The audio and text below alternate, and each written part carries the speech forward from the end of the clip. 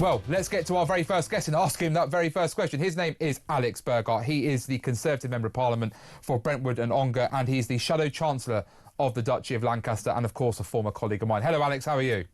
Hi, Jonathan. Thanks for having me on. No, thank you for coming on. If we can start, obviously, we've seen these amazing scenes of a peaceful protest, it should be said, in Waterlooville, an area covered by your colleague, Suella Braverman, who's launched a petition that's had over 9,000 signatories, and she said to the Daily Mail, "I'd like to thank the thousands of peaceful protesters who came out this evening to tell the government that Waterlooville says no. The British people have had enough. The invasion must end." First of all, Alex, could I just quickly ask your reaction? Do you understand why there is now such public anger that people are literally protesting outside asylum accommodation?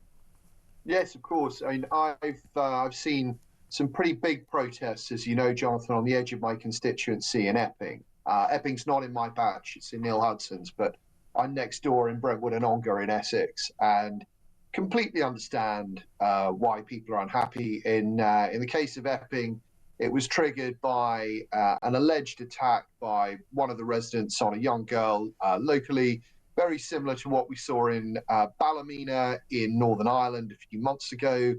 And I think that it's very frustrating because when, as you remember, when we left power last summer, we had a plan to stop the boats.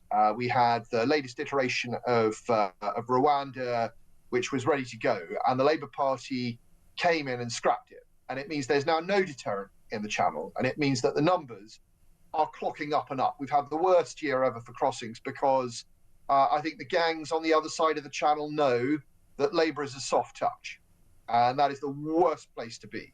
So you've now got all of these extra people coming over, and you've got slow processing of the people who are already here. Those things have got to change. But you also, in the case of Epping, which I know quite well, it's a terrible location for migrant housing, right? That it's right on the high street. It's in a heavily built up residential area, and it's at the end of the tube line, so that you can see people who want to cause trouble often from the pro-migrant protesters coming in easily on the underground. And I understand that people who are waiting for their asylum cases to be processed are going to need to be housed somewhere, but that's entirely the wrong sort of setup. That you want to see something much more like hostel accommodation rather than very expensive hotel accommodation being used. But ultimately, we don't want people coming to this country illegally. If they get here, they should be swiftly moved to a third country such as Rwanda, or taken home. And if we just quickly play a clip for you, Alex, this is the scenes from Waterlooville yesterday, and it's to emphasise the fact that this was, as I say, a very peaceful protest. We did not consent to them, and we did not vote for them. This action to house illegals in Waterlooville is about as undemocratic as it gets. We demand the deportation of every illegal migrant.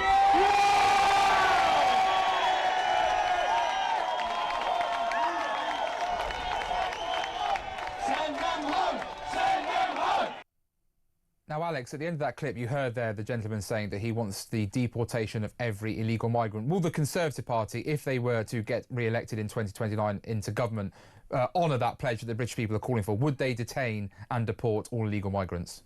Yeah, so you've seen the draft bill that my colleague, Chris Philp, who's the Shadow Home Secretary, has brought forward, is very much what we're working towards. The work that Lord Wolfson KC, very senior, experienced barrister, has been asked to do by Kemi Badenoch to make sure that we can break down all of the legal obstacles to being able to deal with the problem in just that way.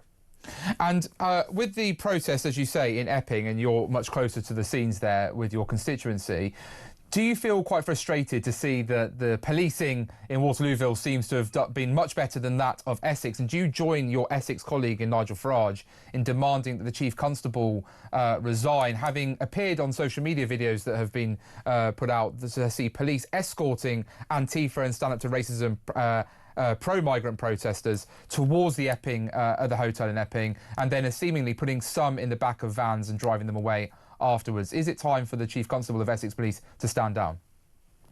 So I've made clear to clear at the time, I thought it was wrong to allow those opposing protesters to be transported to be escorted up to the scene of the other protests. I didn't think that was conducive to the peace. It's very good to see that what's happening here in Waterlooville is being very well managed, and it's important to remember that the vast majority of people who are involved in these protests are not interested in violence at all. They're just interested in hearing their voices heard. Obviously, in a very small number of cases, which we saw in Epping, where people started to attack the police or cause damage to police vehicles, that's completely unacceptable, and that ends up casting everything in a bad light. And but it's important to remember the vast majority of people who are protesting are doing so peacefully and reasonably. And to challenge a bit on the Conservative record, obviously, Alex, the argument would be made that under the Conservatives, as of May and June 2024, there are around 90,000 illegal migrants waiting, or asylum seekers, should I also say, awaiting a Home Office decision. A further, 42,000 having appeals waiting in court. The Conservative Party left a large backlog. They saw over 100,000 illegal migrants enter the country via small boat. The argument would be that how can the Conservatives really be trusted to actually deliver this time on things like mass deportation when their previous, between 2019 and 2024, when people like me served as a Conservative Member of Parliament, we simply failed to get anyone. In fact, more Home Secretaries went to Rwanda than illegal migrants. Well, obviously, the fact that we didn't manage to solve this problem is one of the reasons why we lost the election, and we're very, very aware of that. And I dare say, people such as yourself, Jonathan, nobody more aware than you, because you good MPs like yourself ended up bearing the brunt of that. But what I would say is that it wasn't for want of trying. That we, as you remember, we tried to pass 3 Rwanda pieces of legislation. We were fought every step of the way by Labour. We were given a very rough time in the courts. And what it's taught us, what it's shown us, is that you absolutely have to cut through everything. You have to be prepared to change your international agreements. You have to be prepared to take a very, very hard line, because that is what the public wants, and it's right to want it. And there's a challenge again. So Keir Starmer would say that under this government, they are putting deterrence in place. Their deal with France, they would say, is landmark, first of its kind, where they'll be able to send people who have crossed the channel on small boats back to France, that will therefore smash apart the smuggling gang's operational model. What's your response to that? I think we all know that the deal with France is just a total nonsense. And I think it's 1 in every 17 people is supposed to be sent back. I mean, it's absolutely no deterrence at all. I also don't really believe it will ever happen. It's sort of one of those things that was cooked up to have something to say when Macron was over here.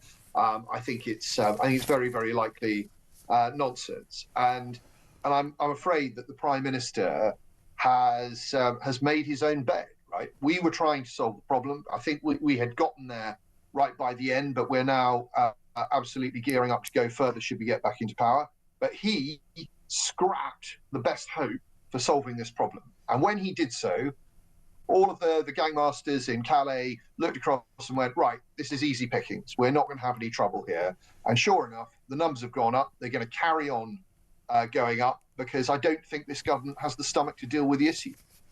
Well, moving on to another story, Alex. Today, the Conservative Party has put out the very real concern that Rachel Reeves is set to smash pensioners with a £500 retirement tax. For listeners' sake, a continuation of the freeze on income tax thresholds would mean that state pension, for the very first time in its history, would be eligible for income tax if the state pension continues to rise at the rate that it has been. Even those, as I should argue, as well say, people who are solely dependent on the state pension could face a 20% income tax. It's expected that the 6th of April 2027 is when this could come into place. Alex, What's the concern here? I mean, the argument will be, obviously, Labour would say, well, we've not made our decision on the budget, you need to wait and see. But of course, we all know Rachel Reeves is going to have to find some money from somewhere. And I think Sir Keir Starmer has continually ruled out delivering on the promise that Chancellor Reeves made last autumn, that she would unfreeze thresholds.